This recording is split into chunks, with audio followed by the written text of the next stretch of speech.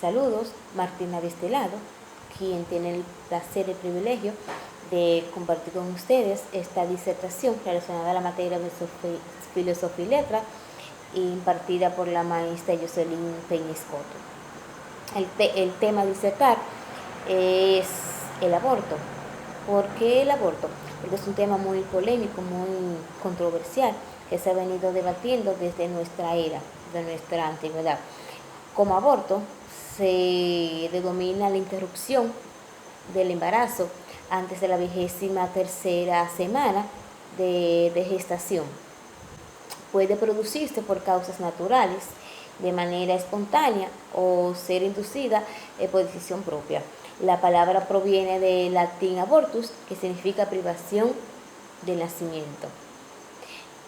Como había dicho anteriormente, este tema del aborto siempre ha sido muy controversial e involucra una serie de consideraciones de orden moral, ético y legal, así como sociales, económicas o religiosas, filosóficas, ya ven el caso, y también científicas.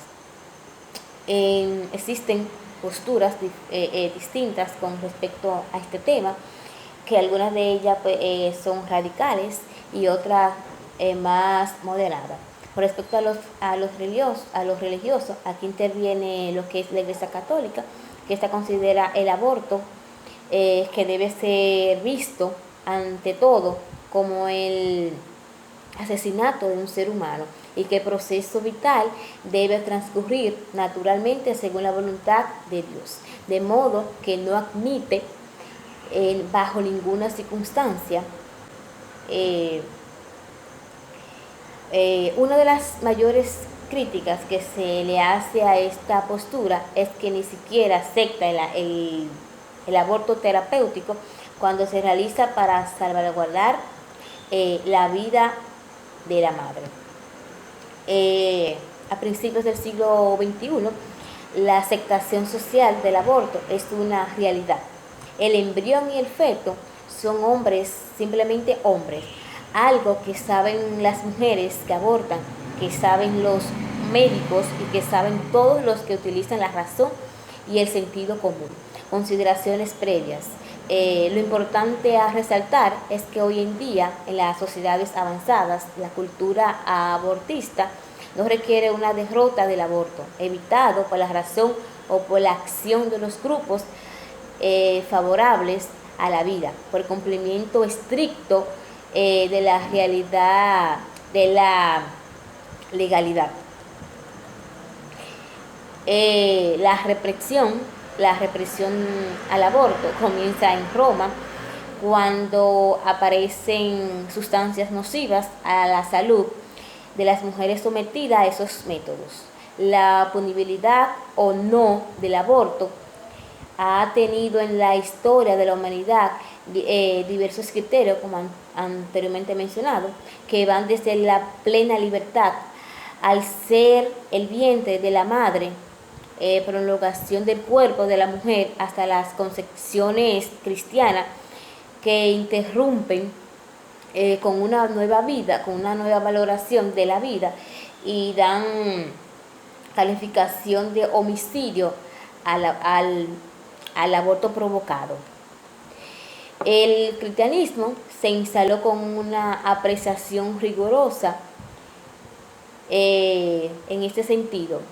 200 años después de Cristo se promulgaron medidas rigurosas contra la mujer sujeta a esta acción, incluyendo la pena de muerte, castigos corporales y el exilio.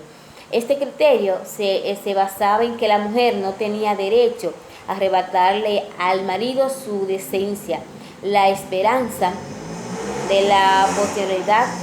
Si desde el principio del cristianismo se observó una sobria hostilidad frente al aborto, eso se debió al criterio de que se trataba de la muerte de un inocente. Según la concepción católica, el alma es la que brinda a un ente u organismo la categoría de ser humano. Esto es lo que se denomina la concepción y lo fórmica de la naturaleza humana. Su principal defensor fue San Tomás de Aquino, quien sostenía que el espíritu era forma sustancial del alma, en tanto que el cuerpo era el producto de la unión del alma con la materia. ¿Por qué ocurre el aborto? ¿Es la mejor salida? ¿Por qué matarlo? ¿Por qué recurren al aborto? Son preguntas que se hacen que nos hacemos. En la actualidad hay diversos criterios ya antes mencionados en cuanto a cuál es el momento en que el producto de la concepción se considera ser humano. Para algunos es a las 12 semanas que debe considerarse persona, cuando el sistema nervioso central está formado y pueden reconocerse los hemisferios cerebrales, el cerebelo y el bulbo.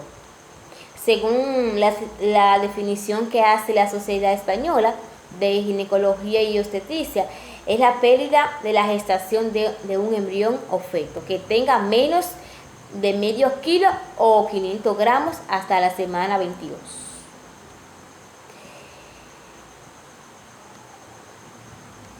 ¿Cuándo empieza la vida humana? ¿Desde cuándo existe un ser humano o una persona humana? Es definido como un crimen contra en la República Dominicana. El aborto es ilegal en todas las circunstancias, incluso cuando está en riesgo la vida de la mujer o niña embarazada. La prohibición total del aborto en el país tiene consecuencias devastadoras.